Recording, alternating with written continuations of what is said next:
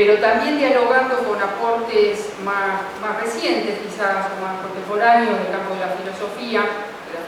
política también, y de la filosofía que ha generado una serie de aportes muy importantes a la reflexión sobre las instituciones y a partir de la inquietud en particular por la dimensión del lenguaje, ¿no? y tomando, entre otros autores como Derrida o Giorgio Agamben, lo que hace es poder poner en tensión miradas teóricas que le permiten,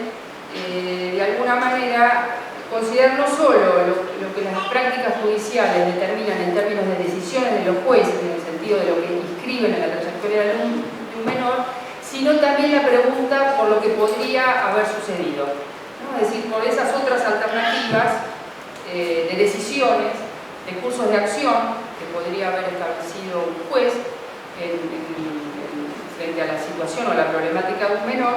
y en este sentido quitándole ese peso que las decisiones jurídicas pueden tener en términos de determinar y cerrar las opciones posibles. Esa pregunta, por la dimensión histórica y política de las prácticas judiciales, me parece que me permite a Silvia profundizar no solo en el proceso, en ese ejercicio cotidiano de la justicia, sino también me parece que abre la mirada a otras alternativas políticas de intervención de los jueces, ¿no? Es decir, esa duda sobre la decisión, pensando que no tiene un carácter cerrado, terminado, fijo, sino que podría haber sido otra, ¿no? Esa reflexión más teórica y que se juega también con esta valoración de los elementos contingentes que entran en juego en la función de las prácticas judiciales, abre, me parece, una mirada política mucho más compleja y más plural respecto de las alternativas o cursos de acción posibles en el terreno de la justicia respecto de los menores.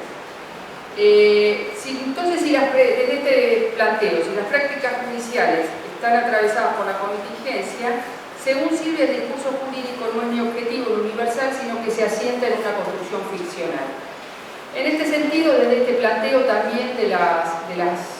prácticas de menores y del discurso jurídico en general como una construcción ficcional, Silvia retoma esa tradición de alguna manera que ya trabajaba Enrique Marín. Lo menciono porque eran textos que yo leí hace muchos años, que resultaban muy interesantes cuando uno quería incursionar un poco en la historia de los menores a principios del siglo. Los trabajos que estaban en los archivos, en las cajas de los materiales de sociología, en particular Pavarini o los textos de Marín, de la cátedra de Pegoraro. Entonces, en esas recoge, me parece, Silvia, buena parte de esas lecturas, para pensar ese carácter, los tratamientos tutelares como narrativas ficcionales. Ese es un poco el planteo, ¿no? Es decir, que esos tratamientos tutelares, esas sentencias, tienen, ¿no?, un carácter ficcional, son construidas teniendo en cuenta las reglas de la invención jurídica, es decir, el componente de invención que en toda escritura, en este caso jurídica, se pone en juego. Y ahí me parece que lo que es interesante nuevamente es cómo esta reflexión sobre el carácter ficcional del discurso jurídico recupera, también en diálogo con aportes actuales, la valoración de la dimensión del lenguaje y de las figuraciones quizás del lenguaje, en este caso pensando en este tipo de discurso jurídico y en cómo esa dimensión del lenguaje tiene una eficacia persuasiva respecto de cómo en esas narrativas se argumenta respecto del mejor o adecuado destino del menor, ¿no? Es decir, cómo las decisiones judiciales se asientan en cierta ficción valorativa respecto del futuro correcto, ¿no?, que de alguna manera la decisión del juez estructura o predetermina. Entonces, esa cuestión se suma a estas reflexiones anteriores. Entonces, solamente señalar que si la ficción jurídica, desde la perspectiva de Silvia, es productiva o depende de otros, o depende de elementos relacionados con el lenguaje, también hay elementos que Silvia considera que tienen que ver con la verdad construida en una época, con las creencias construidas en una época respecto de los menores. Es decir, me parece que la tesis también plantea, el libro plantea, da cuenta del clima de época en el cual las problemáticas de los menores son abordadas y los modos en que son abordadas, señalando, reconociendo, dice la autora, que la demanda de ciudadanización a través de leyes que estipularon la exigibilidad de los derechos de los menores se mostró muchas veces a contramano de las representaciones que reclaman con voces estentorias punición, represión y castigo. Es decir, la autora Silvia lo que hace es dar cuenta de un clima de época desde el cual se combinan de forma paradójica el reclamo de castigo y de represión y de decisiones de alguna manera demasiado fijas o estrictas respecto del disciplinamiento del menor en torno a un destino posible, con la emergencia de demandas fuertes de ciudadanización a través de reclamos de diversos tipos de la sociedad civil, que hace que esta indagación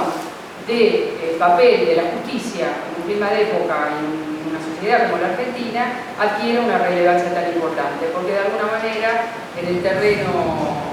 de la esfera pública se juegan cotidianamente, tanto en el espacio de los medios, tanto en el espacio de los tribunales, en el espacio del Parlamento, de las políticas, del diseño de políticas en distintos organismos del Estado, tensiones que tienen que ver con esta articulación entre la intervención de justicia del Poder Judicial y las políticas que tiendan a abrir cursos de acción diferentes respecto de la historia y del futuro de los menores en la Argentina. El libro, entonces, para ir finalizando, escudriña sentencias, historias tutelares, decisiones de los jueces, abriendo el amplio espectro de materiales judiciales, pero también descubriendo los límites y corsés del lenguaje jurídico y postulando que las decisiones judiciales deben pensarse como actos políticos.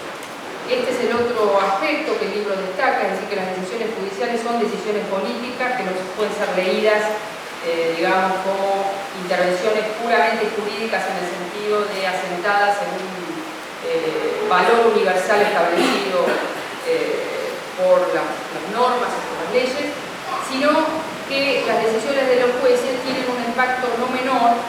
al definir un mapa de poderes desiguales en el que el joven se hace presente sin voz propia, sujeto a la distribución de premios y castigos que pone en juego una autoridad legitimada para evaluar su pasado y su futuro. Pero a la vez también un menor hostigado por una sensibilidad punitiva, menciona Silvia en una parte del libro, que anida en las sociedades en momentos de crisis. Me parece que ahí la atención a esa sensibilidad punitiva, que está en el sentido común, que uno huele cotidianamente y en que uno puede incurrir también, ¿por qué no? No lo tienen solo otros, es la sensibilidad punitiva, sino que también muchas veces estamos atravesados por ese tipo de sensibilidad. También es un aspecto que el libro recupera y analiza como, digamos, clima de época en el cual, trama social y trama histórica también, en la cual el estudio del Poder Judicial también adquiere una relevancia porque permite comprender problemáticas que se presentan día a día, ¿no? Es decir, que constantemente estamos en contacto con problemáticas de estas características. Para terminar, el libro de Silvia constituye un aporte riguroso, original y comprometido que alienta a pensar nuevos cursos de acción que logren alterar los elementos invariantes que parecen atravesar históricamente a la justicia de menores y a las propuestas institucionales de su atención. Jóvenes que han quedado en los márgenes de una sociedad que experimentó fuertes procesos de exclusión en un tiempo relativamente corto y que no siempre está dispuesta a comprender las razones históricas y subjetivas del aumento y de la complejidad del delito juvenil en épocas de grandes brechas sociales y altos niveles de incertidumbre. Sin embargo, el libro se propone explicar ese proceso con perspectiva histórica y sociológica para, entre otras cosas, abrir alternativas para imaginar un nuevo tipo de intervenciones públicas.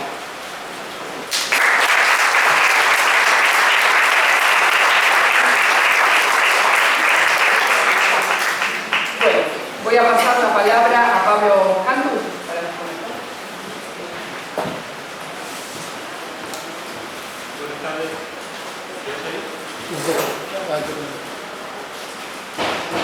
Ahora.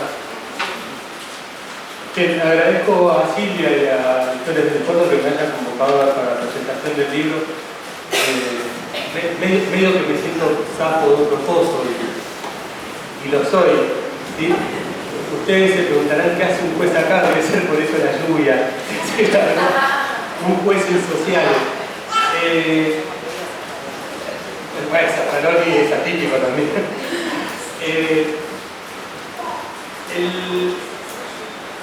Ustedes se preguntarán, y yo me pregunté también por qué Silvia me convocó a la presentación del libro, esto lo digo en serio. Creo que porque mi propio crecimiento, mi propio desarrollo como juez de menores fue paralelo al trabajo de investigación que Silvia hizo para llegar a este libro.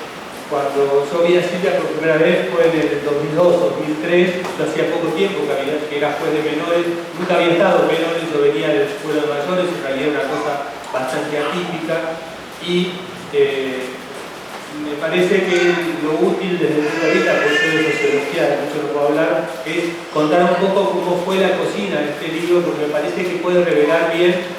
hasta dónde llegó Silvia con este trabajo. El sistema de menores se caracteriza, se sigue caracterizando por ser absolutamente críptico y endogámico.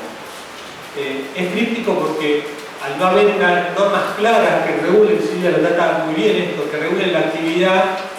los tribunales se van manejando por prácticas, ¿sí?, que no están escritas en ningún lado y que solo conocen los operadores del sistema. Quien va alguien que vaya de afuera y tiene que empezar a entender cómo funciona este sistema, hay que explicar cada uno de los miles de aspectos que tiene como para que puedan entenderse. Y es endogámico porque lo cierto es que con esto de que el proceso de menores es secreto para que nadie sepa qué pasa con los chicos, lo que termina siendo es un sistema cerrado que está reservado solo a las personas que integran este sistema y que se va reproduciendo a sí mismo. En la época que yo conocí a Silvia, por ejemplo, todavía regía un artículo de la Cámara del Crimen y había los jueces históricos de menores que explicaban a rajatabla de que solo tenía acceso al expediente tutelar la asesora de menores, con lo que si el defensor quería ver el expediente tutelar, que era donde estaban la información que iba a decir si iba a tener una condena o no del caso, el defensor no podía tener acceso. O sea, era así de cerrado. Recién estábamos hablando que esto sigue siendo hoy en día, de hecho, en el corte que hizo Silvia, de ese corte a hoy pasaron muchas cosas y se renovó, creo que el 70% de los jueces que estaban en el momento que ella hizo el trabajo.